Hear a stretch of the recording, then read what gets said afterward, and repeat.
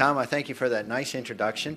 I would say to all of you that I sincerely believe we are on the cusp of a brand new technological advancement in this country.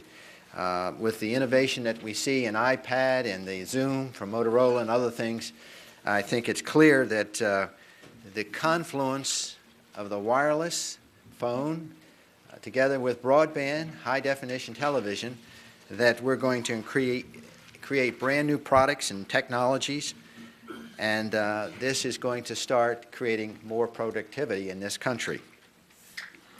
And frankly, it has potential, even though the economy is pretty weak today, it has potential to create millions of new jobs, and along the way, of course, pro-growth. This is not just my opinion. Marty Cooper is the father of the cell phone. And he was interviewed recently, and he was asked about the cell phone, and he showed his old cell phone. He talked about it. He actually said that the cell phone is in the beginning, incipient stage of its revolution, and that's hard to believe because we have fourth-generation wireless just coming out. But he went on to talk about this new generation of wireless phones in which he said there are going to be in every phone sensors that will allow you to monitor your health. And also they'll be used as your credit card. And for ladies, it'll be in your earring. The entire cell phone will be in your earring, and for men, it could be embedded in the earlobe, and it'll be voice activated. So he talked about the future, and I would say he's perhaps the most prominent person since he was the father of the cell phone. But I think this is dependent upon, in a larger sense, that we don't get over-regulatory in that industry. In fact, Will Rogers once said that things in our country run in spite of government, not by the aid of it. And he was not, of course, talking about the Internet, but he was talking about, I think, a fundamental fact is that the Internet has exploded without huge amount of government regulation. It's truly a story of shall we say, innovation and explosion in creating new jobs. And it's a force, I think, for communications in this country, entertainment and commerce. And when we look at it carefully, we realize that this all was started back in 1980 by Tim Berners-Lee. He was a particle physics scientist. He was over in Geneva, and he was collecting all his notes on the computer, and he couldn't understand how to bring them all together and how to, shall we say, organize them. They were all far flung across his computer, and he thought, well, I'll do this using hypertext at that point. Hypertext was a way to do it. And he looked at it carefully. He said, you know, I'd like all my friends to be able to get access to some of my hypertext notes. So what he did was he cobbled together a system called HTML, which I think all of us know is hypertext markup language. And then he said, well, how can my friends address this individually, my notes? And he said, well, he came together with a URL, which is a universal resource locator, and bingo, on August 6, 1991, the worldwide Internet was started. And of course, that propelled us forward. I often think that what we've seen in the Internet, we have not seen in the automobile industry. We saw General Motors and Chrysler recently go bankrupt. I mean, there's no reason today, if we had allowed the innovation that we saw in the computer to somehow be part of the automobile industry, we'd be buying cars for less than $3,000, and they'd be going, have at least 200 miles per gallon. But unfortunately, that has not occurred, but thank goodness it has occurred, this innovation in the Internet industry. One thing, though, when you think about America, not many Americans realize that the intellectual property in this country is so important to be protected. In fact, it is the only area where the United States has a trade surplus. And so it's incumbent upon we as Americans to realize that we have the wherewithal to do this innovation as long as we protect it, and it's important that we do so. A good example is this, as I mentioned earlier, the iPad and the new Motorola product that is competing with the iPad.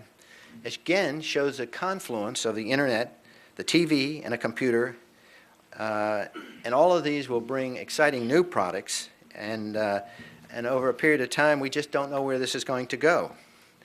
So your computer becomes your TV doubles as your computer, and your wireless device also becomes your television.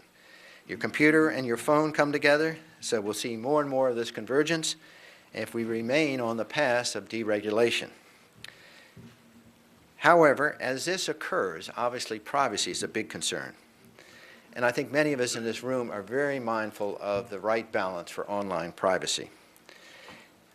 And we are in a tipping point where we have to come to grips with this information that's being collected. How to find the proper balance between protecting consumers' privacy online and encouraging innovation. And I frankly, having done this for many years, there's no easy answer, particularly when you talk to members of Congress and see the broad interest, but at the same time, their, shall we say, peculiar concern about privacy, whether it's pro-marketing or whether it's pro-consumer. One clear way Congress can promote greater use of the Internet is to assure individuals a high degree of privacy protection. That's probably the first thing to say, including transparency about what is being collected and sharing this information about them and to give them control over that collection, the sharing and use of it. Online advertising, as all of us know, supports much of the commercial content and application and services that are available today on the Internet. It's all available without charge, and we do not want to disrupt a well-established and successful business model. Consumer online activities provide advertisers with valuable information upon which to market and sell their products and services, and that's good. Collecting this type of information for targeting advertising is very important because it allows many of the products and services to simply remain free to consumers. Without this information, websites could not survive or they have to charge. Neither result is good for the Internet or good for the customer. The bottom line is only the consumer knows what he or she feels about the information being collected and the parties doing the collecting and the purpose for which the information is collected.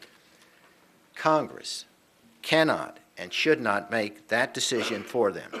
We need to place the control over consumer information with the actual consumer themselves. This means, of course, that companies have to be transparent as possible about what information they collect and how they will simply use it. That way, consumers will be better able to make the decisions about their privacy. This transparency should include robust disclosure and notice outside the privacy policy. Notice and disclosure needs to be clear and conspicuous so the consumer knows that immediately.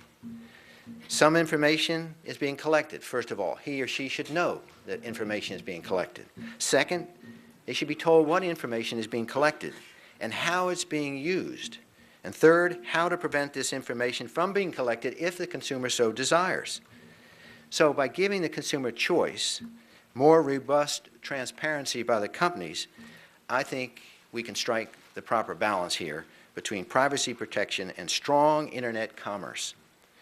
Overreaching privacy regulation, particularly in the absence of consumer harm, could have a significant negative economic impact at a time when many businesses in our economy are struggling.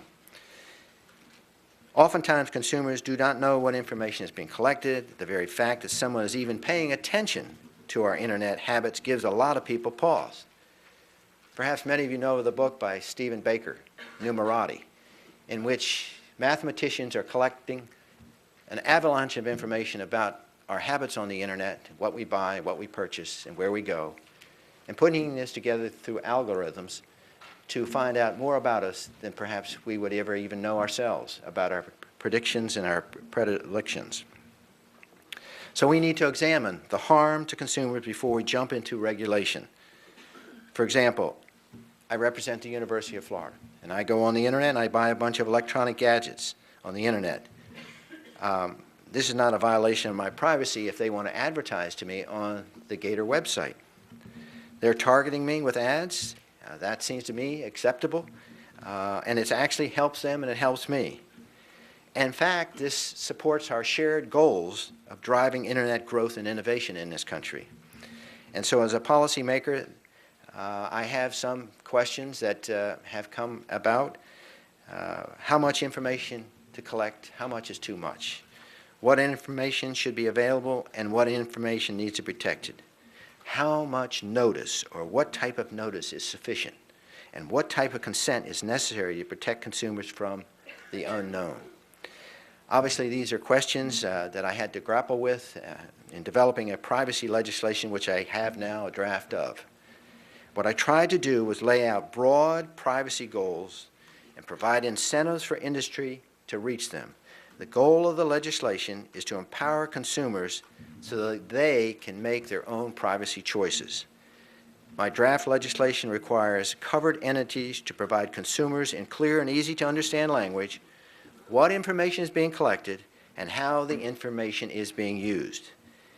It also includes a provision for a Federal Trade Commission approved 5-year self-regulatory program and prescribes requirements for a self-regulatory consumer dispute resolution process.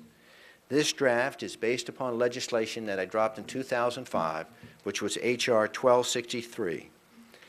This draft, I think, takes a little bit of a different approach, but one I think balances the privacy with innovation. As many of you know, in the last Congress, Rick Boucher was involved with asking comments on a legislation that he and I had developed. And we received 70 different organizations, comments, companies, universities and colleges, and obviously concerned citizens. These comments were very helpful, and we put them together, and some of those I've used in my new draft. As many of you know, I've been working, and as Tom mentioned, on privacy for many years. It's very complicated. We want to do no harm, but we want to continue to seek the input from others. But ultimately, I think we should try to get a privacy bill at least out of the subcommittee on energy and commerce and get it to the full committee and get it into discussion. I'll conclude by saying something what said earlier. When Marty Cooper said we're on the cusp of a new revolution dealing with the wireless phone. This is an exciting time for all of us, and it's particularly exciting when you see these new products out and you have the enjoyment of having the use of them. So we must continue to rely on the free market, not let the government step in, as Will Rogers said, and remember that this whole internet was evolved without government. It can continue to evolve without government, but at some point there should be privacy protection for our many, many citizens who even today do not realize how much information is being collected about them and how it's being used. So I want to thank you for this opportunity to speak, and I always like to close. May the good Lord take a liking to you, but not too soon.